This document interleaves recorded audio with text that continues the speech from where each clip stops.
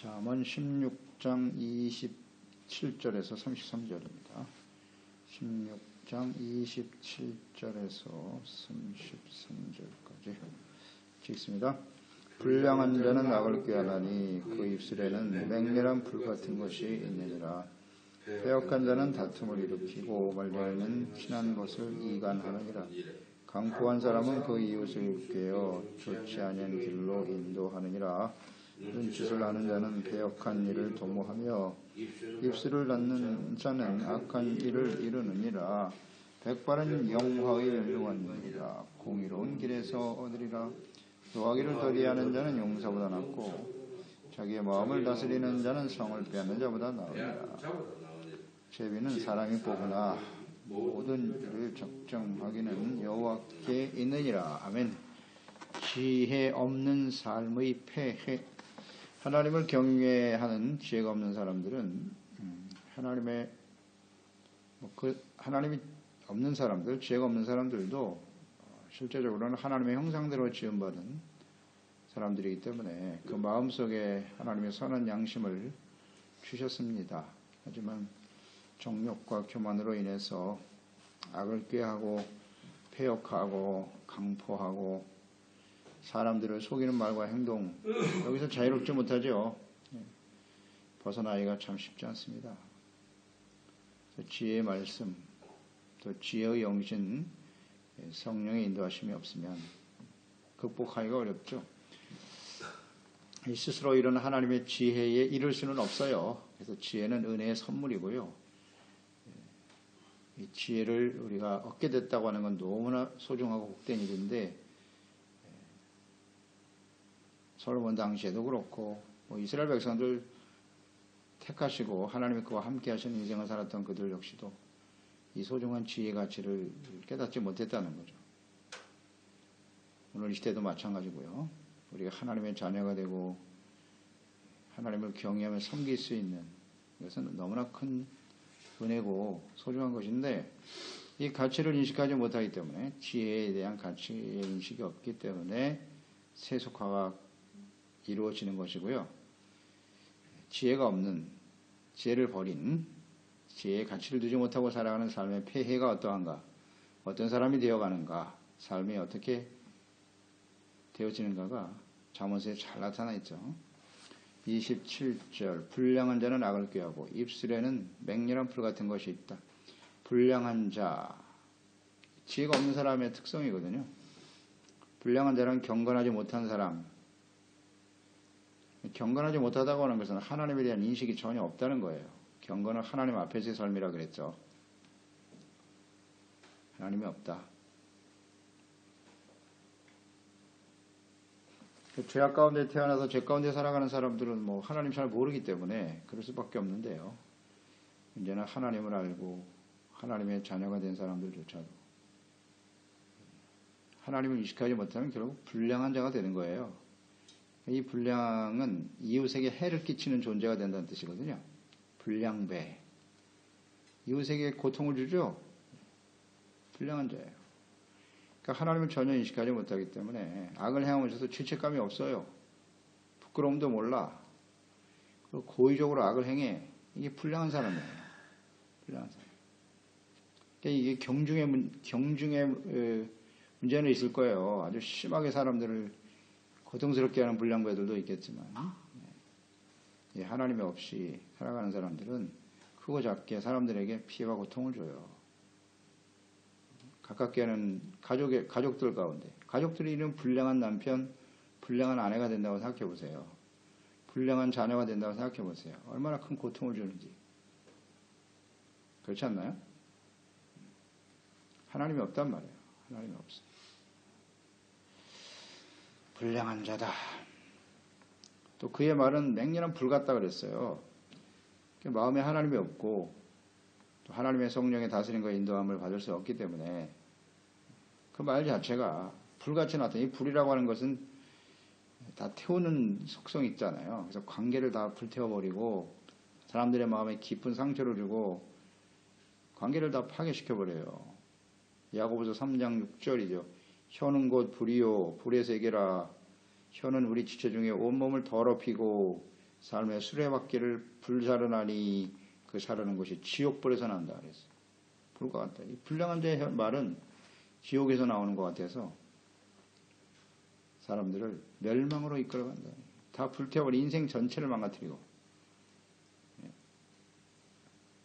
불량한 말, 행동으로 인해서 자기뿐만 아니에요. 다른 사람도 불태운다고. 이 불이라고 하는 것이 그 폐해가 심각하잖아요. 그냥 싹 다 없애버립니다. 이 불량한 자의 폐해. 하나님이 없으면 이렇게 된다는 거죠. 28절 패역한 자는 다툼을 일으키고 말쟁이는 친한 벗을 이간하느니라. 지혜가 없으면 패역한 자의 모습으로 나타난다. 패역하다라고 하는 것은 비뚤어진, 이게 마음 자체가 비뚤어져 있다는 거예요.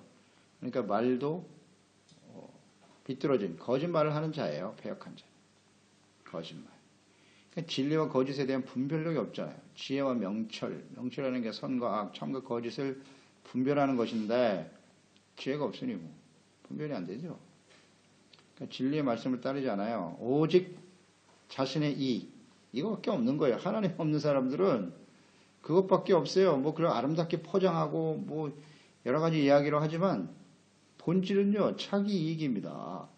자기 정욕을 만족시키는 일에 최선을 다하는 거예요. 그게 아름다움이고 그게 올바른 인생이라고 생각하며 살아요. 다. 생각과 행동이 그렇게 나타날 수밖에 없는 겁니다. 그렇기 때문에 서로 다 그런 생각을 가지고 사니까 다툼이 일어날 수밖에 없다 그랬죠. 야고보서 3장 14절 그러나 너희 마음속에 독한 시기와 다툼이 있으면 자랑하지 말아라. 진리를 거슬러 거짓말하지 말라 그랬거든요. 마음의 독한 시기, 다툼, 정욕이 다툼의 원인이에요. 패역한 자는 다툼을 일으킨다. 패역한 자는 마음속에 정욕으로 가득한 사람이에요. 하나님의 말씀으로 다스려지지 않아요. 굉장히 교만하죠. 정욕과 교만은 또 같이 통하는 거예요. 교만은 철저하게 자기 중심이 교만이거든요. 그럴 수밖에 없어요. 그래서 시기로 나타나고 다툼으로 이어지게 될 것이고 진리를 모르니 뭐 거슬러 거짓말을 할 수밖에 없는 것이고 그래서 이 패역이라고 하는 것은 사실은 하나님의 자녀들에게 해당이 되는 말이라고 볼 수 있어요. 진리를 알고 하나님을 아는데 잘못된 길로 가는 거예요. 스스로 악을 선택하는 거예요. 자신의 정욕과 만족을 위해서 이익을 위해서 하나님의 말씀을 버리는 거죠. 이게 패역이거든요. 그러니까 이런 지혜가 계속 우리 가운데 부어지지 않으면 하나님의 자녀들이라도 패역할 수밖에 없다. 이 패역한 길을 가서 멸망을 향해 멸망의 결과를 얻게 된 것이 성경이잖아요. 이스라엘 역사의 결론이죠. 신약 시대는 다릅니까? 예수 그리스도를 보내주셨음에도 불구하고 사람들은 끊임없이 패역을 선택하다가 결국 요한계시록 마지막 심판으로 끝날 것이다. 이게 성경이에요. 성경 말씀이 진리고 주님의 말, 이 성경 말씀을 진리로 믿고 의의 길을 따라가야 하는데 사람들은 패역, 다른 길을 가잖아요. 하나님 말씀을 따르지 않아요. 이게 패역이에요. 이게 진리라는 걸 알면서도 그 길을 안 가는 거예요. 선택이죠. 그러니까 쉽게 말하면 패역이라는 건 잘못된 길을 선택하는 거예요. 그러면 올바른 길을 선택하려면 분별력이 있어야 되잖아요. 이 분별이 지혜고 말씀이고 근데 거기에 대한 기준이 전혀 마음속에 없으니 패역한 길로 갈 수밖에 없어요. 그래서 인류는 이렇게 멸망으로 끝난다. 그러니까 이 지혜를 가지고 의의 길, 바른 길을 선택하며 나간다는 건 정말 소중한 일이에요. 가치 있는 일이고. 패역한 자, 지혜가 없어요. 말쟁이는 친한 벗을 이간한다. 말쟁이는 남의 말을 하기 좋아하는 사람이죠. 친한 벗의 관계를 완전히 깨트려버리죠. 이간질하게 된다. 그러니까 비방하는 거예요. 비방, 비판, 험담 이런 걸 좋아하는 사람들이죠. 남의 이야기를 해도 좋은 말을 하는 건 괜찮아. 그런데 우리가 남에 대해서 좋은 말 하는 건 별로 안 해요. 대부분 비판, 험담 이런 말 하죠. 순수근하고 이런 말을 하기 좋아하는 사람이 있다. 뭐 우리 계속 묵상되는 바입니다. 듣기는 좋죠, 그게. 그런 사람 조심해야 돼요. 그런 사람은 좋은 사람이 아니에요. 나의 말을 나에게 하지만 또 나에 대해서 다른 사람에게 그렇게 말할 거 아니에요. 계속 그렇게 말하겠죠. 그런 말을 자꾸 옮겨주는 사람은 그거 지혜롭지 못한 사람이에요. 가까이 하지도 말고 우리가 묵상되는 바지만 듣는 것도 조심해야 돼요. 여과를 하고 들어야지. 그런 걸 말도 같지도 않은 건 털어버려야 돼요. 그게 사실이건 아니건 중요하지 않아요. 또 사실이면 어떡하겠어요? 위에서 기도해야지. 아니면 자기가 1대1로 만나서 권면하든지. 자꾸 남에게 이런 잘못된 생각을 퍼뜨리면 그 자체가 악한 거고, 그래서 결국 이간질시키는 거잖아요. 서로 관계를 나쁘게 만들고. 그건 뭐 또 원천적으로 차단해버려야 돼요. 딱 스톱 됐어 거기까지 그만 이렇게 해야 되거든요. 근데 그렇게 말하면 또 상대방이 나와의 관계가 끊어질까봐 또 그렇게 하지도 못하죠. 또 어쩔 수 없이 듣는다 할지라도 내가 전하지 말아야 돼요. 내가 정리해야 돼요. 귀에서 털어버리고. 하나님의 뜻이 아니잖아요. 이거는. 근데 이걸 잘 못해요. 그걸 또 거기다가 다른 사람한테 또 자기 생각을 포함시켜서 자기가 또 해석하고. 이건 정말 어리석은 사람들의 모습이에요. 하나님을 경외하고 구원의 은혜를 받은 지혜로운 사람들은 어떻게 행동해야 되는고? 에베소서 4장 1절 3절이잖아요. 그러므로 주 안에서 갇힌 내가 너희를 권하노니 너희가 부르심을 받은 일에 합당하게 행하라. 부르심을 받았다. 합당하게 행하는 게 뭐냐? 모든 겸손, 온유, 오래 참음, 사랑 가운데 서로 용납하고 평안에 매는 줄로 성령이 하나 되게 하신 것을 힘써 지켜라. 네. 이게 지혜로운 사람의 행동이죠. 용납하고 이해하고 불쌍히 여기고 할 말 있으면 1대1로 권면하고 먼저 자기가 살펴야죠. 내가 이런 말을 할 자격이 있나? 자기 자신을 먼저 살피고. 그러나 지혜가 없는 사람들은요, 패역하기 때문에 자꾸 이렇게 말을 전하게 되고 다툼을 일으킬 수밖에 없어요. 그러니까 형제를 이간하니까 주변에 사람이 없어요. 이런 사람들. 외롭죠. 가까이 할 수가 없어요. 이런 사람들. 29절 강포한 사람은 그 이웃을 깨워 좋지 아니한 길로 인도한다. 지혜가 없는 사람, 강포한 사람이 될 수밖에 없다는 거죠. 강포한 사람이란 폭력을 쓰는 거예요. 아주 난폭한 사람이에요. 해로운 행동과 말을 해요. 압제와 폭력으로 사람들에게 해를 끼치죠. 강포하죠. 마음이 강팍하고. 그러니까 말도 함부로 하고.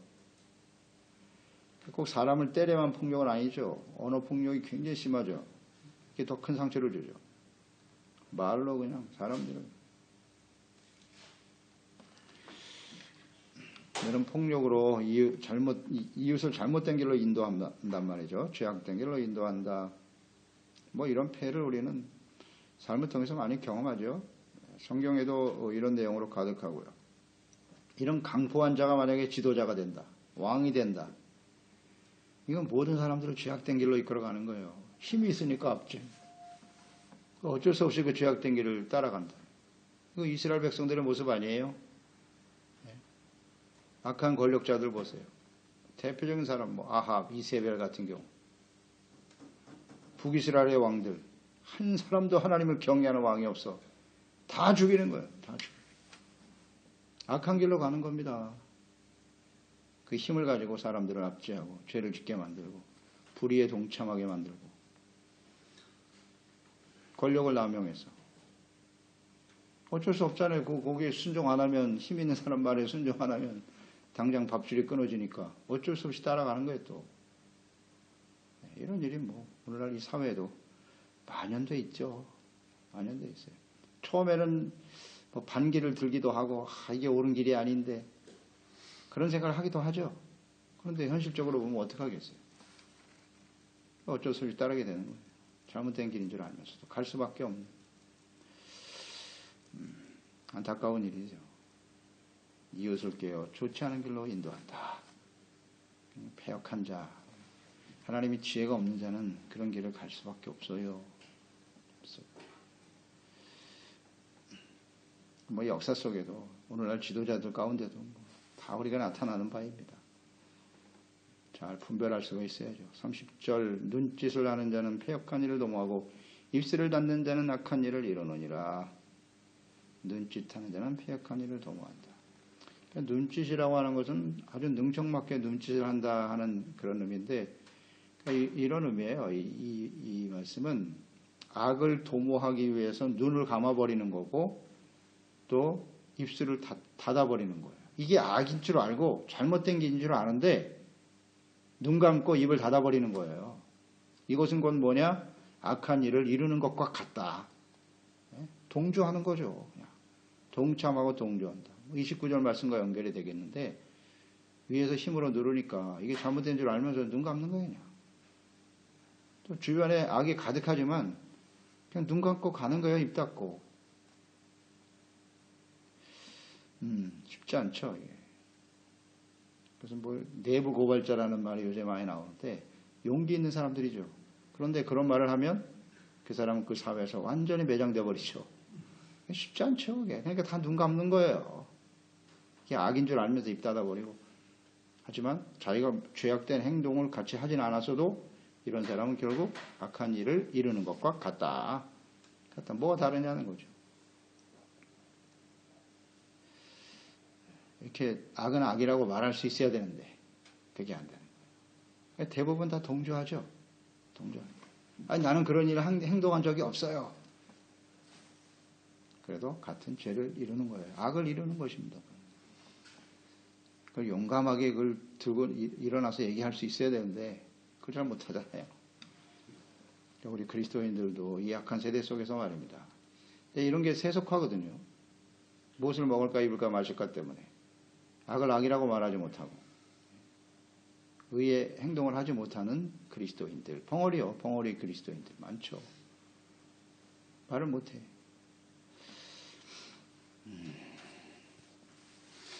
31절 백발은 영화의 면류관이라 공의로운 길에서 얻으리라. 백발 인생의 연륜인데요. 그 연륜이라고 하는 것이 영화의 면류관이 될 수 있다. 그런데 그 영화의 면류관은 어디서 얻는다? 공의로운 길에서만 이루어지는 거예요. 그러니까 의의 삶을 인생을 오래 살았다고 해서 다 면류관이 되는 건 아니에요. 영광을 얻을 수 있는 건 아니고요. 나이 먹은 것은 무슨 대단한 일인 줄 알고 그냥 그렇게 말하고 행동하는 사람들도 많은데요. 다 면류관은 아닙니다.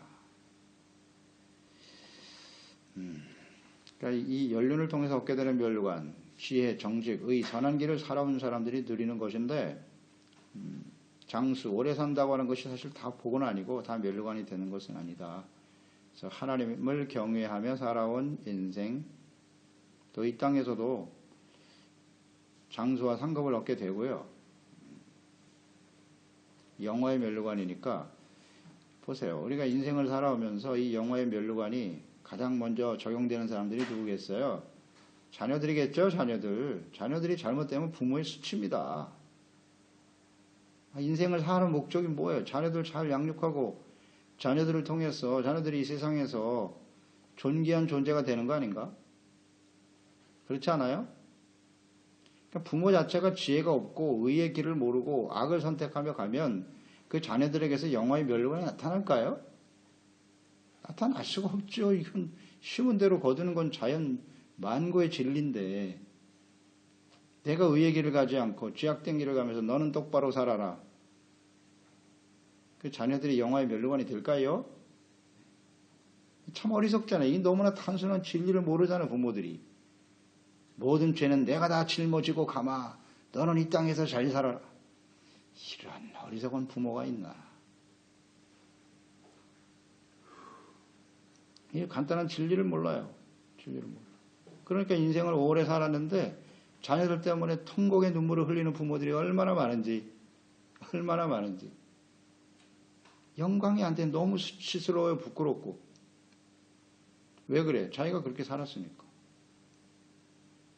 그러나 하나님 앞에 정직하고 지혜롭고 의롭고 바른 길을 선택하며 살아온 그 부모 밑에 자라난 자녀들은요. 반드시 영화의 면류관이 됩니다. 이거 뭐 너무나 당연한 결과예요. 잘 생각해 보세요. 면류관은 자녀의 삶인 거예요. 그리고 우리 개인의 인생도 하나님 앞에서 하나님 앞에서 결국 멸류관을 받아 누리게 되는 것 아니겠어요? 인생을 오래 살았다. 이 땅에서도 멸류관을 얻지만 하나님 앞에서 멸류관을 얻는 것이 진정한 영화의 멸류관이다. 디모데후서 4장 8절 사도 바울의 고백이죠. 이제 후로는 나를 위하여 의의 멸류관이 예비되었다. 즉 곧 의로운 재판장이 그날에 내게 주실 것이다. 나에게만 아니라 주의 나타나심을 사모하는 모든 자. 그 이전에 내가 나의 달려갈 길을 다 달려왔고 선한 싸움을 싸우고 믿음을 지켰다는 거 아니에요. 이게 멸류관입니다. 영화의 멸류관. 믿음. 사명이 뭔지를 알고 살았고 믿음을 지켰고 달려갈 길. 끝까지 하나님이 주신 사명과 의를 위해서 달려왔던 인생은 이 세상에서도 영광이 되고 비록 그의 사도 바울의 죽음은 비참한 죽음이죠. 목이 달려 죽었으니까 순교당한 것이 뭐 그렇게 대단한 것이냐라고 말할지 모르나 그게 얼마나 영광스러운 일인가는 하나님 앞에서 또 역사 속의 증거가 되잖아요. 사도 바울을 비참한 죽음으로 실패한 인생이라고 말하는 사람이 어디 있습니까? 위대한 인생이죠. 너무나 당연하죠. 그러니까 이 땅에 사는 동안에도 영화의 멸류관이 되고 하나님 앞에도 의의 멸류관을 받게 된다. 아멘입니다. 이게 지혜로운 삶의 결과예요. 그래서 우리 인생을 이제 마감할 날이 얼마 남지 않은 저희들이기 때문에 우리의 살아온 인생이 영화의 멸류관이 될 것인가, 부끄러움으로 인생을 마감할 것인가, 그것은 우리의 선택에 달려있죠. 지혜를 얻는 것이 얼마나 귀한지. 세상에서 많은 것을 소유하고 누리고 그런 게 영화가 아니에요. 우리 그리스도인들은요. 알지 않습니까? 그게 어떤 결과를 만들어 오는지. 32절 노하기를 더디하는 자는 용사보다 낫고 자기의 마음을 다스리는 자는 성을 빼는 자보다 낫다. 지혜로운 자들의 특성이죠. 분노, 이걸 다스릴 줄 아는 사람, 용사, 그 다음 성을 빼앗는, 전쟁과 연결했네요. 전쟁과 연결되어 묵상할 수 있겠네요. 싸우는 자, 성을 빼앗는 자는 전쟁에서 승리. 그러니까 자기 마음을 이렇게 다스릴 줄 아는, 분노가 계속 일어나지만 이걸 절제하고 다스릴 줄 아는 사람. 이것은 곧 영적 싸움이다. 이렇게 보면 되겠죠. 영적 싸움. 우리 가운데 사람들과의 관계 속에서 다 사람들 때문에 분노가 일어나는 거잖아요. 관계 속에서 일어나는 일인데 그런 분노는 무조건 악이다. 육체에서 일어나는 것이다 라는 걸 생각하고 버려야죠. 버려요. 다른 사람의 문제가 아니라 나의 문제다. 이런 게 지혜잖아요. 그러니까 모든 것을 다 사람들 탓으로 돌리죠. 잘못된 일은 내 때문이 아니라 누구 때문에. 그러니까 계속 분노가 일어나는 거고. 왜 사람들이 나의 생각과 다르지? 왜 내 뜻대로 안 하는 거야? 철저하게 자기중심이죠. 그러니까 분노가 자주 일어나는 사람은 아주 이기적인 사람이고요. 교만한 사람이에요. 교만한 사람입니다. 아니 다 다르죠. 어떻게 사람이 다 똑같아. 아 그렇게 생각할 수도 있겠다. 아직 저 사람이 성숙하지 못하고 깨닫지 못하니까 그렇게 행동하는군. 다스릴 줄 알아야지. 왜 내 뜻대로 행동하지 않는 거야? 어허. 자기가 낳은 자식도 자기 마음대로 안 되는데 누구를 어떻게 하겠다는 겁니까? 스스로도 절제가 안 되잖아요. 그러니까 절대 분노는 안 돼요. 이 싸움에서, 특히 영적 싸움에서 이 분노는 무조건 지는 거예요. 우리 교회 안에서, 가정에서도 마찬가지고 교회 안에, 공동체 안에 이 분노를 다스리지 못하면 그 관계는 다 깨져요. 다 깨집니다. 이걸 다스릴 줄 알아야 참된 평안을 얻게 되고 승리자가 되는 것이다. 지혜죠. 우리는 어떠한지를 잘 묵상해 보세요. 그냥 뭐 화를 툭 하면 되고 그걸로 상대방을 제압하고 말이죠. 내가 화내면 상대방이 제압됩니까? 무슨 소리 하고 있어요.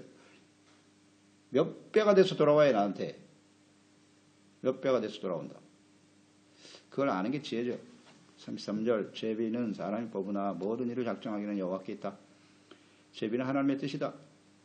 하나님께서 하시는 일이라는 거죠. 사람들이 제비 뽑지만 결과는 하나님의 뜻대로 이루어진다. 이게 하나님의 자녀들의 지혜로운 자들의 특성이죠. 이것은 곧 범사의 하나님을 인정하라는 거죠. 하나님의 주권을 인정해라. 제비 뽑는다. 제비 뽑는 것이 성경에 많이 나오지만 대표적인 예가 가나안 땅 분배할 때 제비 뽑으라 그랬죠. 제비 뽑아서 나눴어요. 인구 숫자대로 제비를 뽑아서 땅을 결정했다. 제비 뽑으면 굉장히 이 방법이 공정하죠. 사람들의 뭐 이해는 다 다른데 제비를 딱 뽑으면 그걸로 하나님의 뜻이다 하고 받아들여야지. 받아들여야 되는데 그게 잘 인정이 안 되죠. 인정이 안 돼요. 뭐 오늘날 뭐 제비 뽑는다 그러면 예를 들어 뭐 선거 같은 거 사람들의 뜻에 의해서 있으면 그래 이것도 하나님의 뜻이 있겠군 하고 그냥 딱 받아들이면 끝나는 건데 그 이해가 충돌해가지고 이게 쉽지 않죠. 이게 하나님의 뜻으로 받아들인다는 게 쉬운 일이 아니에요. 오린과 둠밈 제사장들의 그 흉패에 달려 있었죠. 오린과 둠밈이 있었다. 제비 도구예요. 그것을 던져서 하나님의 뜻을 찾아냈다. 오린과 둠밈은 빛, 하나는 빛이란 뜻이고 하나는 완전함이란 뜻이죠. 빛, 어둠 가운데서 하나님의 뜻을 깨우쳐 주는 것. 그것만이 하나님의 뜻만이 완전하다. 제비 없는 거예요. 구약에 자주 나타나고요. 신약에 보면 사도행전 1장 가룟 유다를 대신해서 마띠아를 뽑을 때 제비 뽑았죠. 사도행전 1장이고 사도행전 2장에 성령의 충만함이 임하죠. 그러니까 사도행전 2장 성령이 충만한 이후에는 제비 뽑지 않아요. 제비 뽑지 않습니다. 오늘날은 제비가 필요할까? 하나님의 뜻을 묻는데 필요 없어요. 왜? 성경 말씀이 있잖아요.